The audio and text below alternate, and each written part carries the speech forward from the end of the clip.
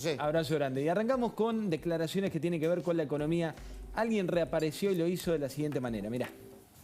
Máximo actuó como un chico caprichoso que pide algo que es imposible. En su momento pedía un acuerdo de 40 años de plazo con el FMI, que no había ninguna posibilidad de llevarlo adelante. Ahora, el problema también es que la vicepresidenta, que resulta ser su madre, lo cual no es un detalle menor, le da ese poder a alguien que no está capacitado para ejercerlo de una forma responsable.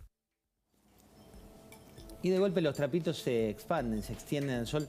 Lucas Romero, bienvenido, ¿cómo estás? Buenas noches, José. Esta interna que estamos viendo, ¿cómo incide o no en la política? Bueno, pone luz a un conflicto que, digamos, lo veníamos viendo cuando el propio Guzmán era ministro, ¿no? Lo curioso acá, y creo que es un punto débil en la argumentación de las autoridades de esta coalición, es pensar que un profesor de Columbia es traído acá y puede engañar a dirigentes como Cristina Kirchner, como Sergio Massa, como el propio Alberto Fernández. Es decir, nadie sabía lo que Guzmán estaba haciendo, todos se enteraron después. Es muy curiosa esta pelea y me parece que habla de las dificultades de funcionamiento que ha tenido esta coalición de gobierno.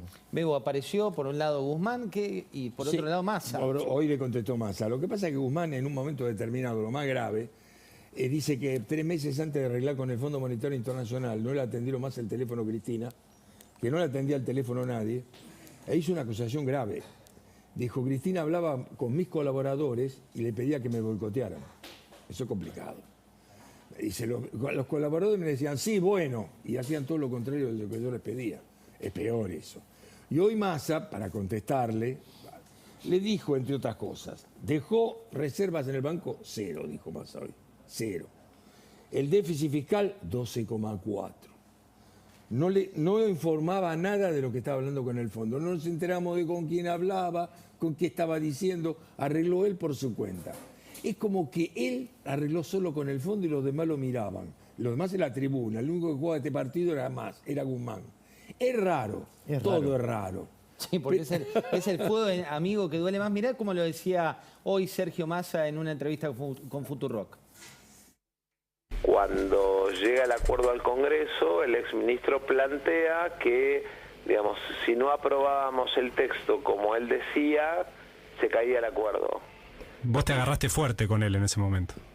No, yo la verdad es que tuve una reunión vía Zoom con el equipo técnico del fondo y les pregunté si efectivamente era así. Me dijeron que no, que era mentira, que no necesitábamos que el texto fuera tal y como se había mandado al Congreso y que en la medida que el Congreso aprobara el acuerdo era importante para el acuerdo. El fuego amigo peronista. Yo creo que esto va más allá, es la política. Cuando uno acepta un cargo, asume la actitud ética de si se va a hacer silencio. Uno no se puede bajar de un cargo que en el caso de Guzmán le regalaron, porque lo sacó por la raspadita. No era un tipo con una historia política de compromiso que le correspondía. Entonces, si te vas, haces silencio, te callas la boca y aguantás. Lo que está haciendo para mí va más allá del peronismo, radicalismo, liberalismo. Es falta de ética política. Pero por otro lado... Hizo la propia, hizo la de él. Hizo la de él. ¿Cómo fue? No existe. ¿La de él? ¿Qué es la de él? No, la de él es quedar afuera, decir fui ministro de Economía, manejé un acuerdo con el fondo, me voy a dar charlas, me vuelvo con Stiglitz, voy a dar charlas, voy a sacar un libro, porque siempre el libro vende después, explicando el desastre que es Argentina, que estos tipos son insoportables, y después ya está. O sea, no colisiona su interés con el de los dólares. No, para nada, él hizo la de él.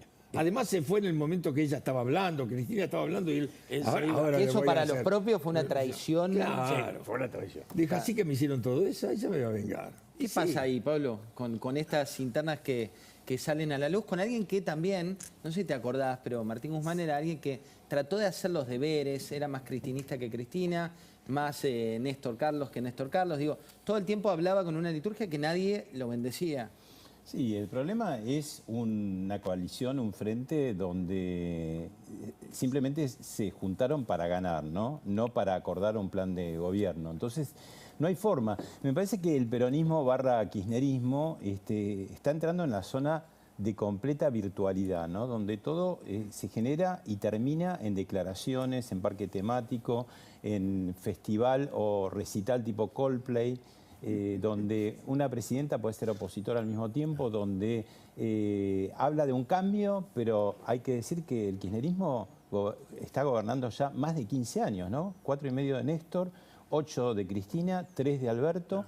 ¿Qué cambio? Y además, si tienen la fórmula, sos vicepresidenta, en el momento que daba el recital, por decirlo así, era presidenta, llegó en un avión, en un helicóptero oficial, hay una causa abierta por eso, y si tiene la fórmula, que la aplique ya, digo, porque pueden llegar a ganar las elecciones si lo hacen, ¿no? Bueno, un acting eso, un acting. Lo que pasa es que está tratando de alguna forma de reunir al peronismo. Mira, quieren ganar la provincia de Buenos Aires, ¿qué hizo? Que lo mandó a Máximo, anda a hablar con los muchachos de los movimientos sociales, hablar primero con el movimiento Evita, decirle que tenemos que estar todos adentro, porque lo que hay que ganar es la provincia de Buenos Aires, y desde allí boicotear el gobierno que viene, porque en serio te digo, tan seguros que pierden, hasta tan seguros que alguna vez me lo negó, pero lo dijo, o de Pedro en una reunión en el Instituto Patria, le dijo, ya la tenemos perdida, pero podemos elegir quién va a ser el opositor, podemos elegir eso, y además van a tratar de defender la provincia de Buenos Aires. ¿Qué es el conurbano? Es el kirchnerismo, es el conurbano hoy. Olvídate. Ahí gana. Claro, pero gana la provincia. Sí, ahí está la clave. Lucas. Hay un dato interesante. En nuestro último estudio le preguntábamos a la gente qué cree que tiene que hacer la Argentina para resolver sus problemas y continuar haciendo lo que está haciendo o producir algún cambio. El 85% nos dijo cambio. Y lo curioso, el dato curioso allí, es que el 50% de los que dicen que van a votar al Frente de Todos piden un cambio. Yo creo que hay una especie de instinto de supervivencia ahí, ¿no? De parte de Cristina. Exactamente. O sea, claramente, este oficialismo hoy es piantavotos, en el sentido que no ofrece expectativa de cambio y necesita desde el propio oficialismo presentar alguna alternativa que pueda ser seductora incluso para los propios votantes. Están leyendo las encuestas porque, digo, es muy significativo como Cristina, primero Máximo, ¿no? Y después Cristina toman de vuelta la palabra cambio todo el tiempo. ¿No? Claro. Es que yo creo que están intentando primero presentar esta alternativa como una alternativa de cambio. De hecho, digamos, la mirada en espejo con lo que pasó con Lula también es insólita, porque Lula efectivamente volvió al poder. El kirchnerismo está en el poder. Entonces, ¿cómo se plantea ese espejo? ¿Qué es lo que El canto Vamos a Volver es maravilloso. ¿Cómo volver a donde A mí me estás, pareció digo, maravilloso. ¿no? No, en serio, es surrealista. Ustedes lo que pasa es que no entienden. Es Es Narnia. un país surrealista, raro, extraño. Y están en el gobierno y decir Vamos a volver, es lindo. No, y cuando, Entonces hay que tomarlo cuando con cantás humor. Cristina presidenta, que es como un deseo ferviente de decir, Sí. era presidenta. Bueno, O sea, Ahora, tenemos hay un no, en tema- ese momento, hay digamos, ¿no? Dale. un tema importante, que es cómo juega la oposición como alternativa. Pero, Julio, porque mirá. se vuelve muy a la derecha, le regala a Cristina el peronismo, y si le regala el peronismo, la provincia queda dudosa. Nos vamos a meter en eso, la oposición también, pero quiero compartir con ustedes dos momentos a los que hacen referencia. El primero, que tiene que ver con esos cánticos que surgían, y ella le dice, no, era, recordemos porque acá hay que recordar todo, presidenta en ejercicio de su vicepresidencia, porque el presidente de la Nación estaba volviendo de un viaje, y esto pasaba.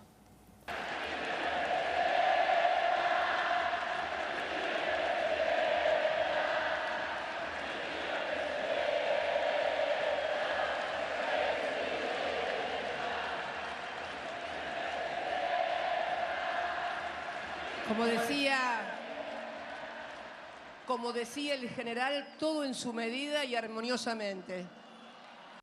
Decía la presidenta en Sí, sí. ejercicio. Es maravilloso. Hay que decir que Perón le virló a Aristóteles, digo, la frase de... Sí, más ¿no? bien. Sí, sí. Es una adaptación libre, No, pero pero además es que nombra a Perón, ella nombra a Perón. Sí, Mirá, sí. yo era muy amigo del viejo Cafiero, porque teníamos plantea a 2 metros en la cancha de Boca durante años y años. Con Antonio, con el viejo, hablábamos en los intervalos ¿viste? Entre el primero y el segundo tiempo. Me contaba cada cosa de Cristina con respecto en contra de Perón. ¿qué te contaba? Que diciendo, a ver, la más simple fue que el viejo estaba juntando para hacer el monumento a Perón, estaba juntando plata, y le pidió a ella, y ella le dijo, por ese hijo de puta no te pongo un peso. ella siempre odió al peronismo y lo decía y lo planteaba. Digamos, el kirchnerismo quiso correrse del peronismo. Cuando vio que se desinflaba, Ahora quiere empezó... volver. De hecho, recordemos que en el 73, ella lo dijo oficialmente cuando era presidenta, vota a Perón por la otra lista que era la de Colorado Jorge Ramos. Abelardo Ramos, ¿no? Del FIP. Claro. O sea, no votó a Perón directamente, sino a través de la izquierda. Bueno, en esta Argentina de ficción también pasó otra cuestión más en ese acto que vale la pena analizar. Fue hace muy pocos días, pero todo es un poco surrealista. Mirá lo que ocurría. Dicen que tenemos que volver a la década del 90, otra fuerza política muy novedosa, no tan novedosa porque dice que el gobierno de los 90 fue el mejor de la historia y el ministro de la convertibilidad el mejor de la historia. Mirá vos, y dicen que son lo nuevo. Muchachos, acá lo único nuevo que hay somos nosotros, el cambio, los que cambiamos la Argentina después del 2001, de la crisis del 2001, fuimos nosotros. Con ese 22% de votos de quien fuera mi compañero de vida, que se cargó el país al hombro, aunque el país se lo llevó puesto a él también.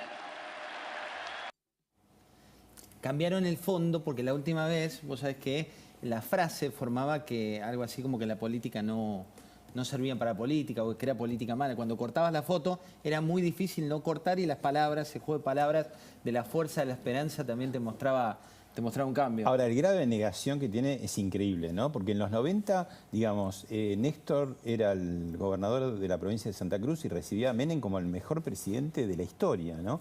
Y además estaban muy cerca de Cavallo. Entonces, digo, al menos hacete una autocrítica, decir, bueno, yo estuve, pero me equivoqué y cambié. No, esta cosa de negar, ¿no? Continuamente. Bueno, negar que es parte constitutiva de este gobierno, que es la artífice de este gobierno, no solamente una parte, ¿no? Pablo, la privatización de YPF son ellos. Claro. Parrilli Es Parrilli miembro informante. Exactamente.